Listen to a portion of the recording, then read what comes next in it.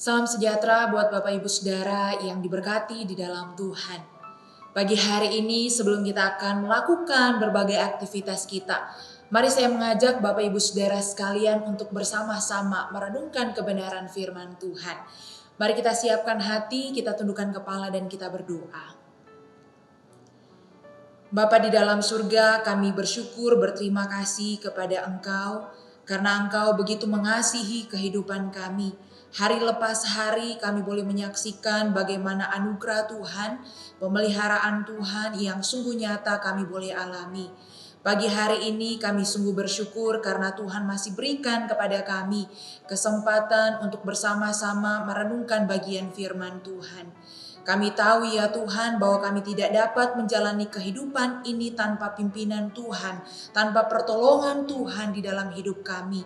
Oleh sebab itu kami mohon supaya firman yang akan sama-sama kami dengarkan dan kami renungkan itu boleh bertumbuh di dalam hati kami dan kami boleh memahami apa yang menjadi kerinduan hati Tuhan dan mampukan kami, tolong kami untuk kami boleh menghidupinya di dalam kehidupan kami hari lepas hari.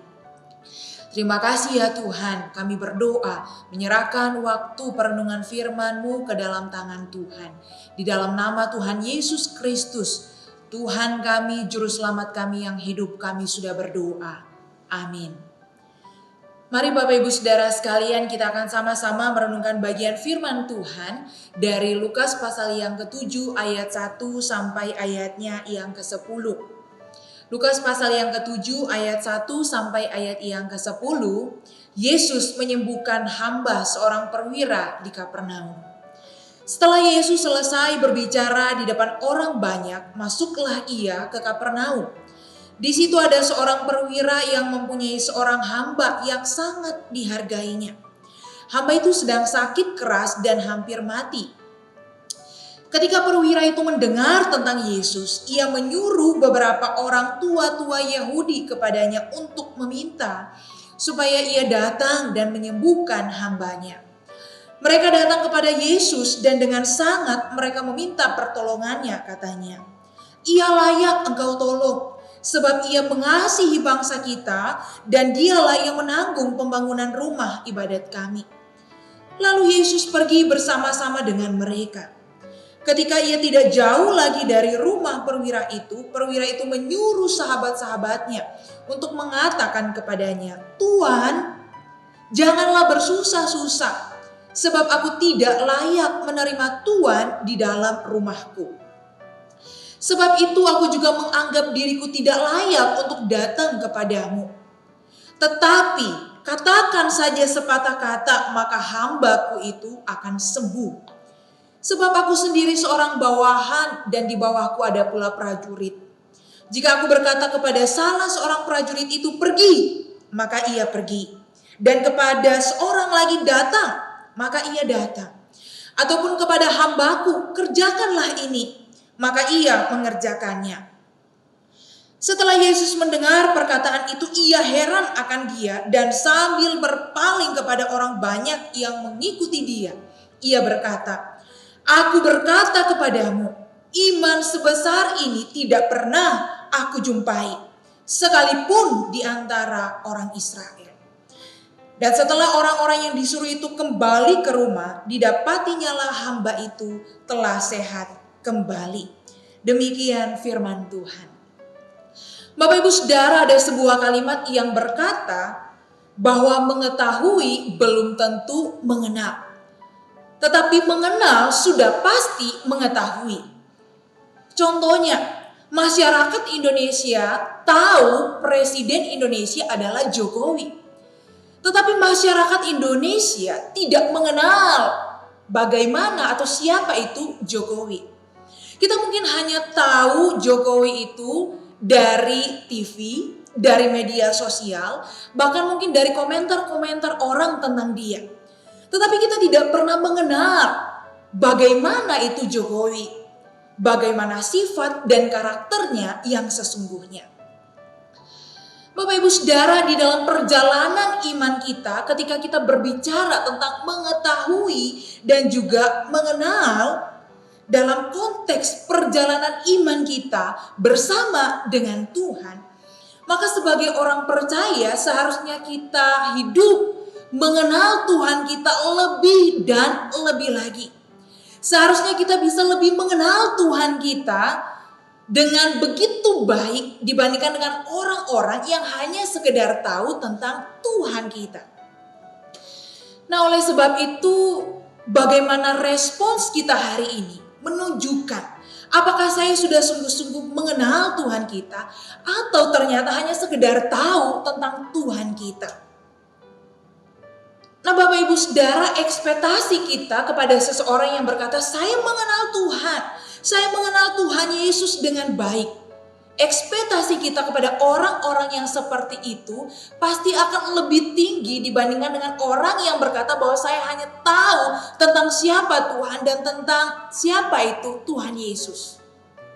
Nah, hari ini Bapak Ibu Saudara, di dalam perenungan kita akan sama-sama melihat, kita akan sama-sama merenungkan sebuah sikap yang ditunjukkan oleh sang perwira Romawi. Meskipun dia hanya tahu tentang Tuhan Yesus, tetapi dia bisa menunjukkan sebuah kepercayaannya bahwa Yesus sanggup menyembuhkan seorang hambanya yang sedang sakit. Dikatakan di dalam ayat yang pertama bahwa ketika Yesus selesai mengajar, dia masuk ke Kapernaum. Bapak Ibu Saudara, Kapernaum itu adalah sebuah kota perikanan yang terletak di pesisir utara Danau Galilea. Dan Kapernaum pada waktu itu adalah pangkalan dari prajurit Romawi yang sedang mengawasi pengumpulan pajak di wilayah itu.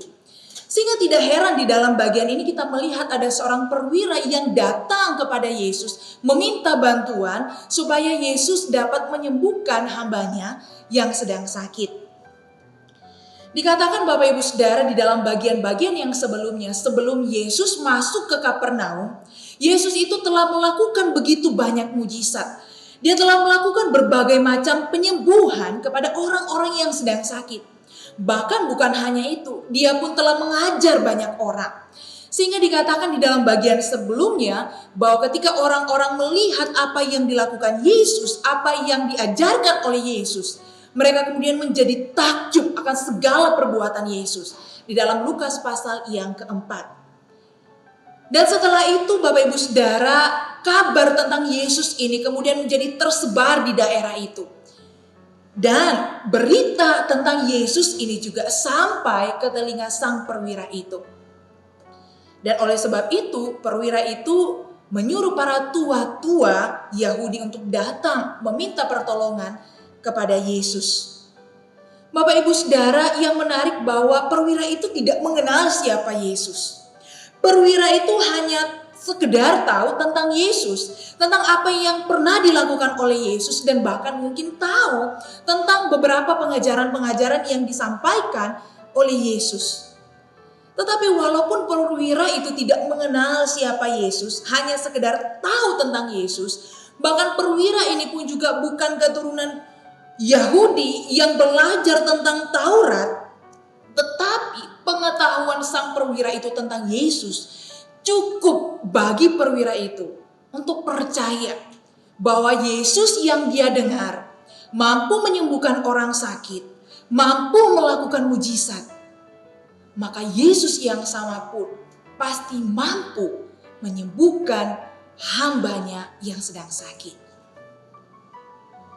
Sehingga Bapak Ibu Saudara, perwira itu dapat berkata, tetapi katakan saja sepatah kata, maka hambaku itu akan sembuh. Katakan saja sepatah kata, maka hambaku itu akan sembuh.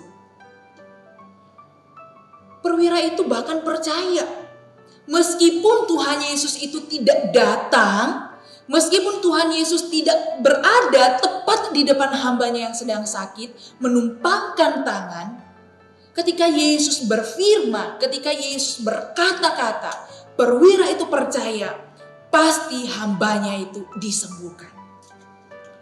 Sikap yang ditunjukkan oleh perwira ini kemudian membuat Yesus menjadi heran. Sehingga di dalam ayat yang ke-9 Tuhan Yesus berkata, aku berkata kepadamu, iman sebesar ini tidak pernah aku jumpai, sekalipun di antara orang Israel. Iman sebesar ini tidak pernah aku jumpai, sekalipun di antara orang Israel. Yesus tidak sedang mengkritik iman-iman orang Yahudi. Tetapi yang Yesus maksudkan bahwa dia belum pernah menemukan iman yang seperti ini. Bahkan itu iman di tengah-tengah bangsa pilihan Allah dibandingkan dengan bangsa-bangsa yang lain.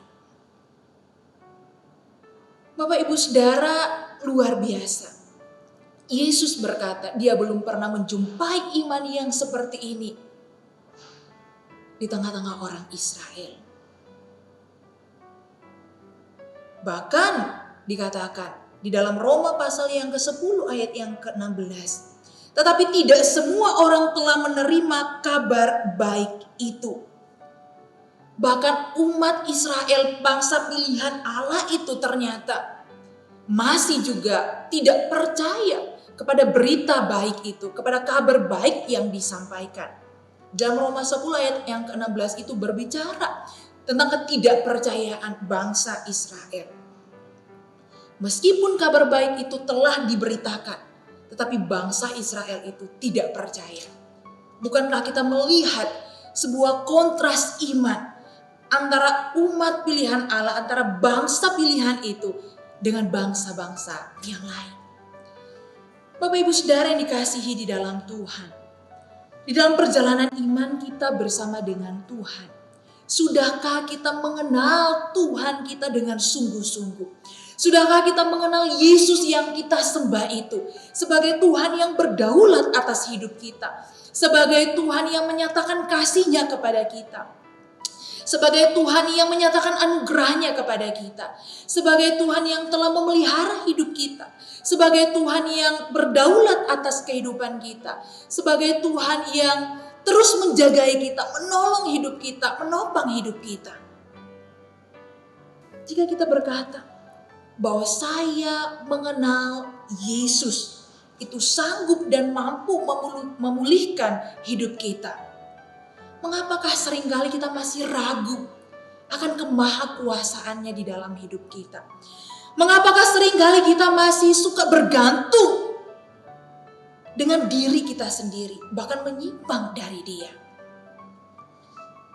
Dan seberapa banyak kali kita justru mengecewakan Dia, lari dari Dia, dan melakukan apa yang ingin kita lakukan tanpa bertanya kepada Dia, tanpa meminta pimpinan Dia di dalam hidup kita. Bapak Ibu Saudara, sebagai umat pilihan, orang percaya, anak-anak yang dikasihinya, seharusnya sikap hidup kita harus jauh lebih beriman kepada Dia dibandingkan dengan orang-orang yang hanya sekedar tahu tentang Dia. Bukankah saya dan Bapak Ibu Saudara ini adalah umat pilihannya? Bukankah kita ini adalah anak-anak yang sangat dikasihinya? Masakan Dia Yesus tidak memperhatikan hidup kita? Masakan Dia Yesus membiarkan hidup kita? Masakan Dia Yesus tidak melihat kita sekalipun? Bukankah Dia yang telah memilih kita, bahkan atas anugerahnya sendiri, telah menjadikan kita umat kesayangannya?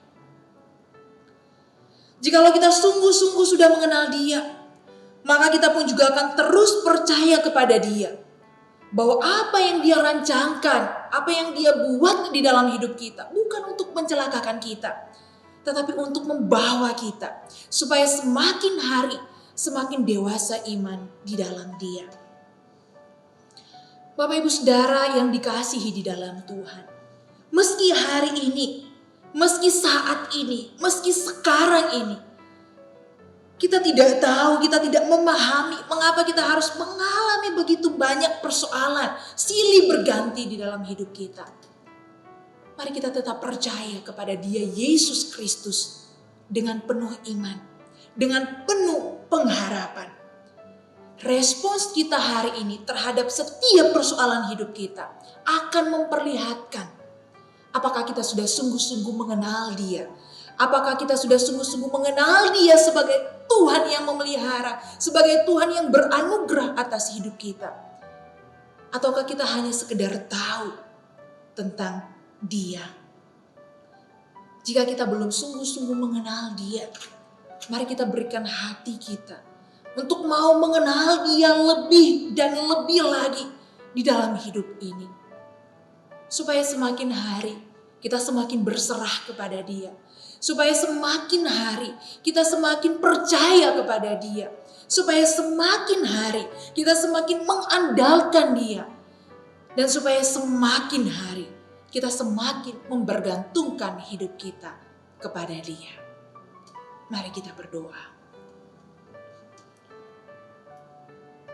Sungguh indah kebenaran firman-Mu yang boleh sama-sama kami dengarkan pada pagi hari ini. Mengingatkan kami supaya kami boleh lebih lagi sungguh-sungguh untuk mengenal Engkau ya Tuhan. Tuhan yang sungguh baik, Tuhan yang sungguh mengasihi kehidupan kami. Bahkan yang telah memberikan nyawa-Mu bagi setiap kami. Untuk menebus dosa-dosa kami. Dan itu adalah sebuah karya yang luar biasa yang Engkau Yesus Kristus tunjukkan di atas kayu salib. Sehingga melalui setiap kebaikan-kebaikan, anugerah demi anugerah yang Engkau nyatakan bagi kami, boleh semakin membawa kami untuk tetap percaya kepada Engkau, untuk tetap mengandalkan Engkau di dalam hidup ini, bahkan membergantungkan hidup kami sepenuhnya hanya kepada Tuhan.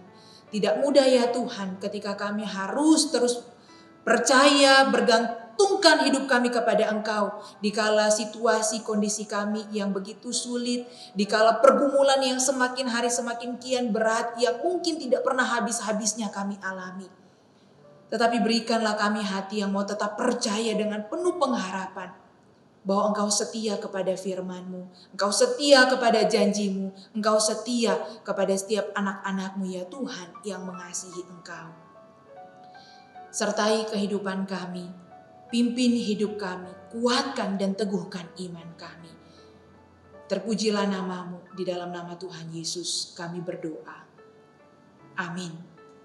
Selamat beraktivitas, Tuhan Yesus memberkati.